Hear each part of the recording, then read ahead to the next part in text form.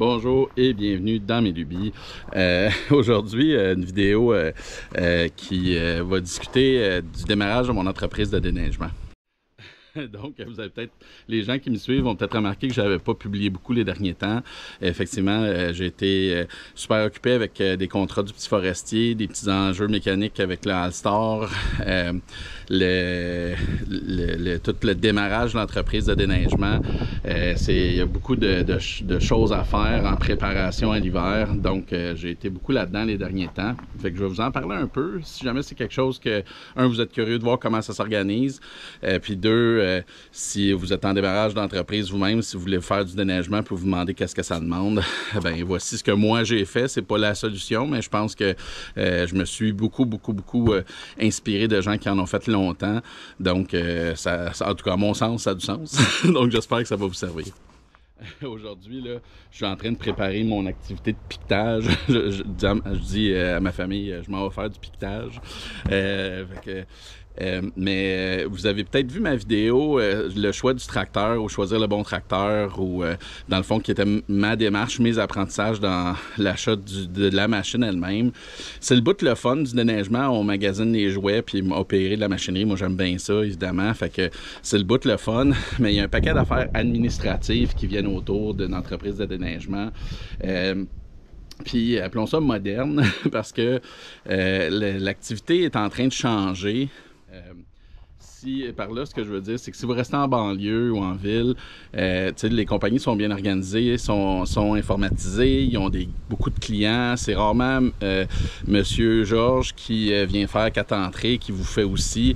Il y en a sûrement que c'est comme ça, mais ce qu'on vit dans le coin ici, Sainte-Agathe étant à 1 heure de Montréal, donc on est comme la campagne proche de la ville, puis la banlieue qui s'élargit de plus en plus fait en sorte que des quartiers comme le mien, il y a des maisons comme la mienne, je vais dire, où c'est plus, appelons ça semi-rural, parce que bon, j'ai du bois moulin à scie, let's go, puis j'ai des voisins que c'est typique maison de banlieue, cour gazonnée, that's it. Donc on est l'espèce de entre-deux. Puis, je vous dis tout ça parce qu'il y a toute une question de mentalité qui vient avec le déneigement.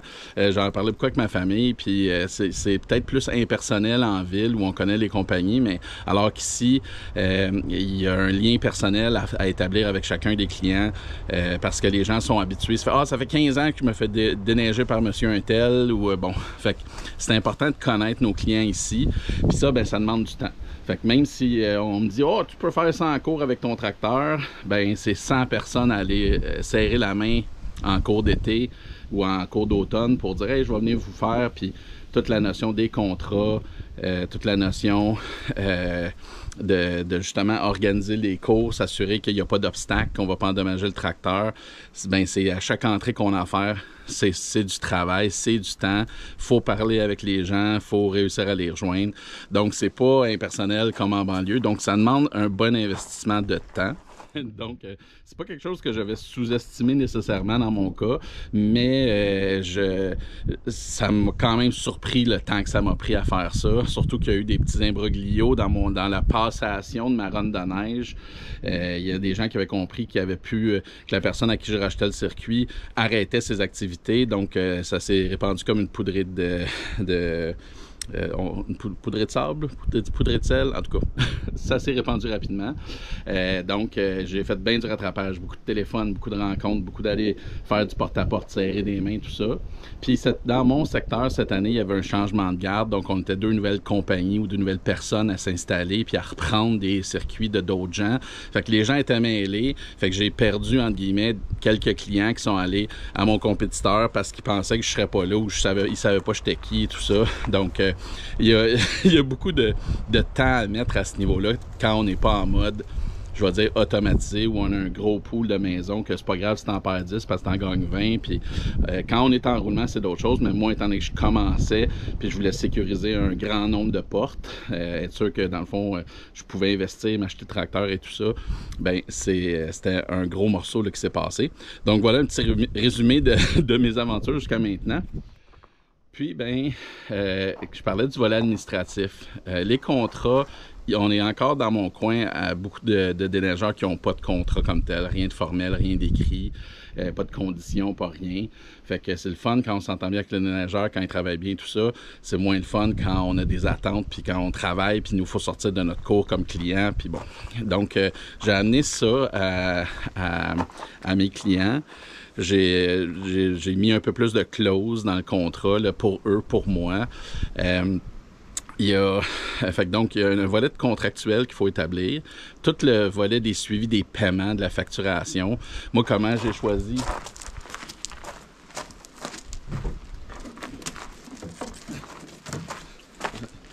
Voilà mes pancartes que j'ai fait faire. Fait que ça, c'était une tâche à faire des pancartes.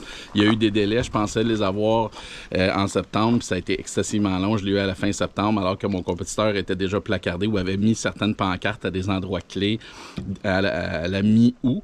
Donc, j'ai perdu quelques ventes encore là parce que je n'étais pas affiché. Donc, juste faire ça, ça m'a pris 1 mois quasiment. Donc, c'est des délais. Donc, comment je fonctionne, c'est que je vais poser ça quand mes clients m'ont fait leur premier versement. Donc, moi, je fonctionne en 2 versements. Premier versement en octobre, puis deuxième versement en janvier. Donc, c'est comme ça que je sais qui m'a payé, qui m'a pas payé. J'ai aussi un fichier Excel, puis je l'utilise mon système de facturation pour suivre tout ça. Donc, c'est un peu mon système présentement. Puis, bien, c'est sûr que je suis en réflexion puis en analyse. J'ai rencontré différentes compagnies de systèmes de gestion de route de neige. Donc, étant donné que j'étais informaticien dans mon passé, c'est quelque chose d'important pour moi. Puis, je vois les avantages à aller vers des solutions informatiques pour mieux gérer notre business de neige. Présentement, pour un gars tout seul avec son tracteur, c'est la valeur, étant donné que je suis quand même organisé avec mes suivis informatisés, avec mes outils, puis que je n'ai pas 500 clients gérés, je n'ai rien qu'une centaine, ça se fait bien. Mais dès que je vais tomber à 2 routes, 3 routes, parce que c'est l'intention à long terme, ben là, c'est sûr que ça va me prendre quelque chose pour mieux gérer mes contrats, mieux gérer mes suivis. Parce que sinon, tout seul, là, il faudrait que je fasse ça à l'année, puis ben l'été, je travaille aussi. Donc... finir le volet administratif, bien, ça prend des assurances de neigement, assurance responsabilité commerciale, puis aussi des assurances sur les biens matériels qu'on utilise. Donc, dans mon cas, bien, j'étais déjà couvert commercialement pour le camion, mais là, il fallait que je couvre le tracteur, les accessoires. Donc, c'est pas donné, c'est quand même pas mal d'argent. Puis, bien, ça prend du temps aussi, toutes ces affaires-là. Faut magasiner, il faut faire des appels, faut faire des soumissions parce qu'il y a des prix très variables là-dedans. C'est pas tout le monde qui couvre, pas toutes les compagnies d'assurance qui couvrent le déneigement. Donc, c'est à prévoir, il faut penser à ça aussi. Donc, contrat, suivre les paiements, les assurances, juste ça, c'est énormément de temps. Puis après ça, ben vient les activités auxiliaires. Comme je dis, là, j'ai acheté des piquets en fil de verre. Normalement, selon mon contrat, c'est les clients qui sont supposés piqueter leur entrée. Mais la réalité, c'est que certains le font pas, le font. Puis je suis pas en mesure de dire, oh ben je te déneige pas d'abord. Là, j'ai pas le luxe de cracher sur des clients présentement. Peut-être l'année prochaine, si j'en ai plus que ce que je suis capable de faire, mon avis va changer. Mais pour l'instant, je suis prêt de toute façon mode client. Donc j'ai acheté 400 piquets comme ça. Fait que je vais faire une virée. C'est sûr que moi, je vais pas tout piqueter l'entrée comme certaines personnes font. Là. Je vais juste identifier des obstacles, comme si on prend par exemple mes marches. Ben, c'est sûr que ma première marche, rapidement, elle va être ensevelie sous la neige, donc je pourrais facilement la passer à la souffleuse. Là, donc, je vais venir en net ici pour me rappeler qu'il y a cet obstacle-là. Quand tu as 3 entrées à faire, c'est pas pire, mais quand tu en as 80, je pense que mon chiffre présentement, c'est 83, ben c'est une grosse run, donc je pense pas être capable de me rappeler de tout le monde puis de tout, là. Donc, je vais venir le planter tantôt ici. Puis, il y a bien des sortes de piquets. J'ai magasiné ça aussi, tu sais, dans mon obsession de tout magasiner, tout choisir. Il y en a des plus gros, il y en a en plastique avec du métal dedans. Mais je préférais y aller avec du fibre de verre parce que, essentiellement, si tu le passes dans la souffleuse, c'est ça qui casse plutôt que la souffleuse. Puis ça va pas te jammer dedans comme de quoi en métal. Donc, j'aimais mieux y aller avec ceux-là. Donc, j'ai fait au moins 20 rondes à date. En tout cas, je suis allé, je dis 20, mais mettons 4 ou 5 fois où j'ai vraiment fait le tour de ma liste de clients qui m'avaient payé, qui m'avaient pas payé. Puis là, j'allais mettre des piquets à ceux qui m'avaient payé. Fait que ça faisait aussi de la publicité. Fait que je suis allé récolter quelques clients parce que soudainement, j'étais affiché. Ah, tu fais du déneigement, ton numéro de téléphone est là. On m'a dit que c'était pas une bonne idée de mettre mon numéro de cellulaire sur mes pancartes, mais considérant que mon numéro est placardé partout sur YouTube, c'est pancartes sur les murs, j'en ai mis dans des poteaux d'hydro, mon numéro est partout, c'est mon numéro commercial, fait que je suis habitué à gérer l'affluence d'appels sur ce numéro-là, le spam et tout ça. Donc pour l'instant, c'est pas un enjeu. Au pire, je redirigerai vers un centre d'appel ou quelque chose comme ça. Pour l'instant, c'est comme ça que je vais. Donc là, toutes mes piquettes d'entrée pour dire si mes entrées sont posées, sauf une que je vais faire tout à l'heure.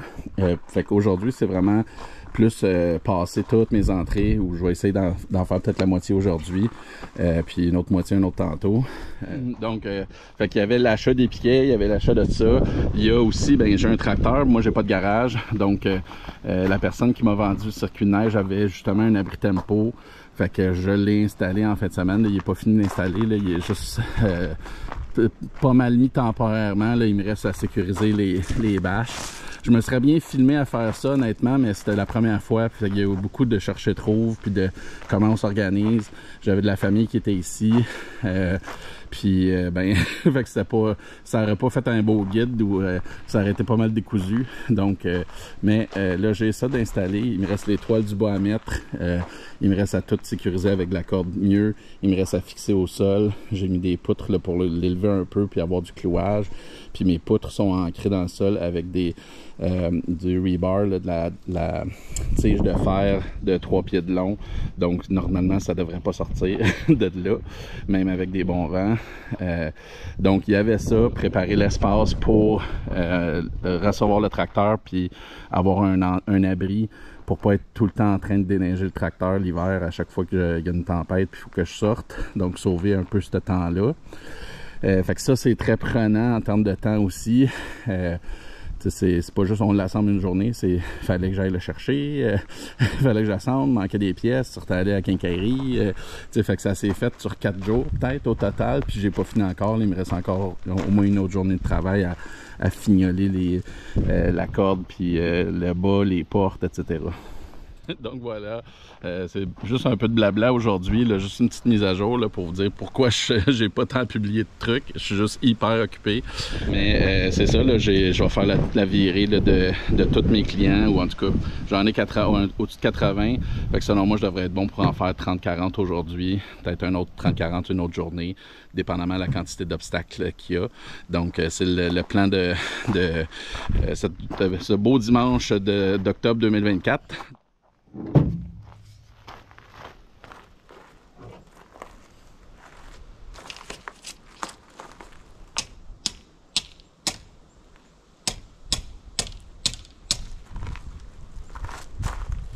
Là, je vais faire les miens.